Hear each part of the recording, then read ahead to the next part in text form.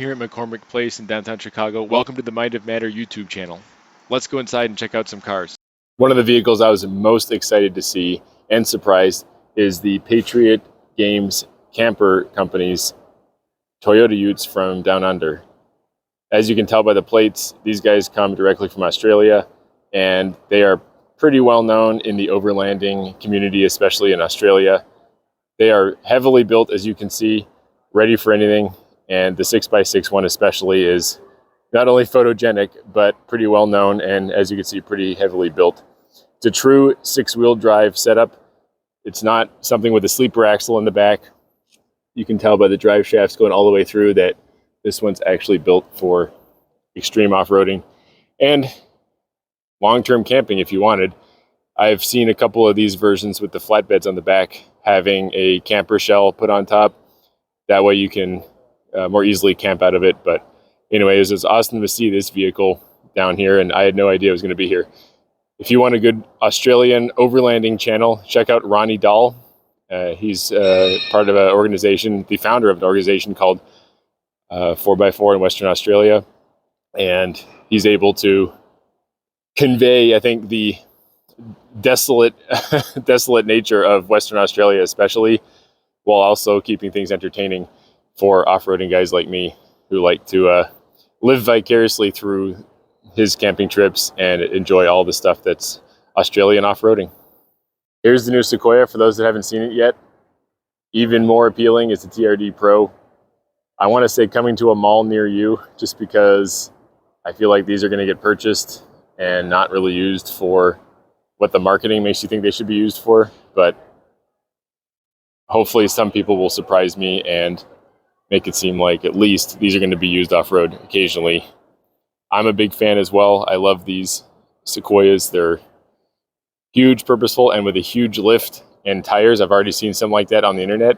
They look amazing. It fixes kind of the proportions of having too big a body for too small a wheel. But once people put a lift and huge tires on these, all that gets fixed and it looks very proportional and very purposeful. This is another one I'll be looking for in, let's say, 10 years when they depreciate out more. I'd love to have this as a family cruiser and off-roader for the kids.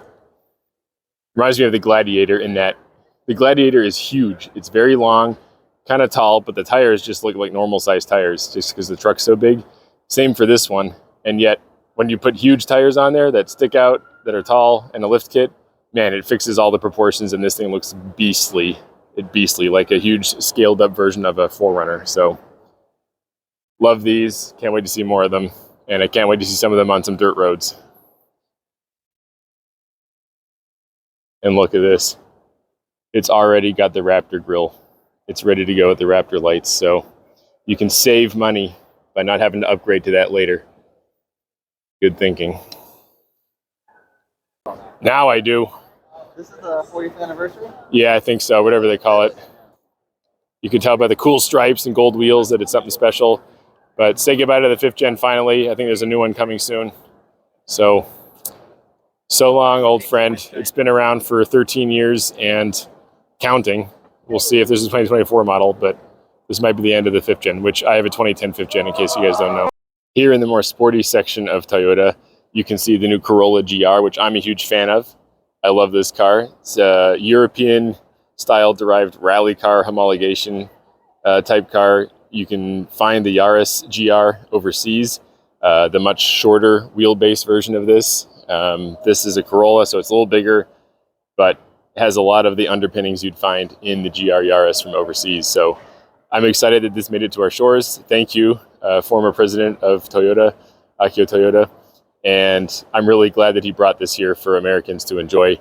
You can find them almost at MSRP already. So if you're lucky enough to find one of the 7,000 or so that they're building this year, you can take advantage and enjoy one of those. However, there's a special version as well that's a lot harder to find. Good luck finding one of those. One thing I find interesting about these is since front fenders can easily be unbolted from the car, on any car pretty much, it's easy for them to stamp and create a new wide body front fender and adapt it to any sporting version of a car like this one. The back fenders, however, on most cars are integrated into the C-pillar integrated down into the bumper, and they're not unboltable. They're a much more permanently affixed structural part of the car. So automakers have to decide, how are we going to adapt this wide body kit to this low volume sporting car and still make money on it without having to do a lot of manual massaging. So what they do is they often tack on this fender right here. You can see the seam, and this plastic cladding is meant to emulate the flare you'd see in the front and the flare you'd see on maybe a more purpose-built car like the Yaris, but not incur all the costs that you'd have of re-stamping and remanufacturing this whole panel right here, this quarter panel. To make this seamless and make it blend into the front of the car nicely, they added this plastic cladding here. Again, not as cool as having sheet metal extend out past the door, like you'd find in maybe a home-built desert truck or custom-built desert truck or something, but still pretty cool. And then on the back, the bumper is custom to this model, the GR. It's flared out, as you can see, and again, meant to match the plastic panel that they added here. So still pretty cool. I love this car. But every time I see that, not only that I know that it's plastic cladding on it, I also know that it doesn't exactly match the front curvature. I wish they might have maybe just, I don't know, designed it a little bit different. So like maybe the height of the flare between here and here is a little closer. I don't know. I'm probably just complaining about tiny things here. But other than that, I love this car. And when they get cheap, I bet I'll be buying one too. Now I got to give credit to Honda on the other hand. Honda made their front fenders easy to do, right? You just unbolt them. They're bulgy on the Type R here.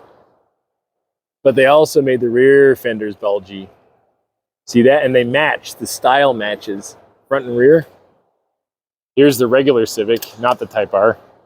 You can see it's narrower. So you know that Honda improved it for the Type R with actual sheet metal instead of just the tack-on plastic that Toyota did. You know I'm a huge Toyota fan, but for people that care about flares, point to Honda on this one. On the other hand, here's the other extreme of custom-built rally car level. So this isn't an actual race car, but it's meant to look like one. And you can see the extent at which they spend on these fender flares, different from the street version and different, of course, than the stock normal version. These look like a Metro 6R4 Group B car, if you remember that car. Here's a picture of it. I love these box flares. They look both crude and purposeful. They're very flat and slab-sided, easy sheet metal manufacturing, easy replacement if you hit a tree back on the rally stage. But at the same time, they're just so menacing and mean looking. You can see right through the bottom part, at least for aerodynamics, how it's gonna allow the air to pass through there to improve aerodynamic efficiency. Of course, it's gonna stop rocks and gravel from flying out, but look at the difference, how much cooler this car looks compared to even the very cool Corolla GR flares over there. Obviously not meant for the road, so I get why it looks totally different, but I would love it if this street version had flares that kind of matched front and rear like this one does. They're a lot more comparable front and rear, but again, I'm splitting hairs here. They're both very good cars, but maybe this concept car is an indication that Toyota is considering building one of these for the street. This one, you can also tell, it's worth noting, carbon fiber roof. You can't get that on the normal GR. I believe the elevated level GR, meant to commemorate Akio Toyoda himself, I believe that one is offered or standard with a carbon roof. So, such a cool car. I'd love to have a chance to drive the street version at some point. If you know anybody who has one and wants to let me drive it, let me know. Enjoy these cars while they're here. The legacy of former Toyota president Akio Toyoda. And sorry about the rant about the flares. Let's move on to something else, shall we? All right, Toyota is one of the manufacturers that has a test track set up today.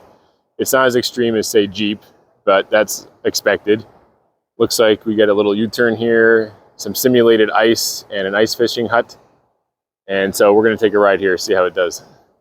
Let's go with the Tundra TRD Pro, because why not? We're the first ones here. So there's a whole bunch of cameras, eh? 6 of them, yeah. 6 cameras here. We got a mirror. Yeah, and so what's great about this is it doesn't matter how many people are in the back seat, I can see. There's no escape. Yeah. However, I like to see the expressions on everybody's face. I like to see their eyes get wide, right? So I leave it on that one for this, but you know. That's funny.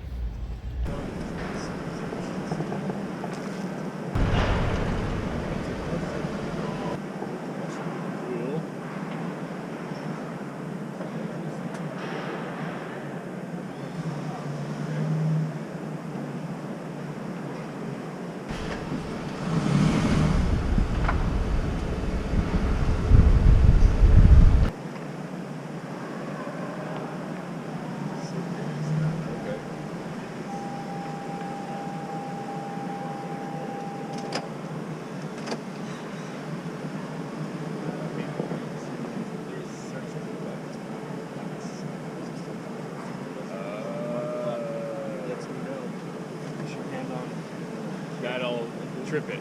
Alright, so we deal with that all week. Yeah.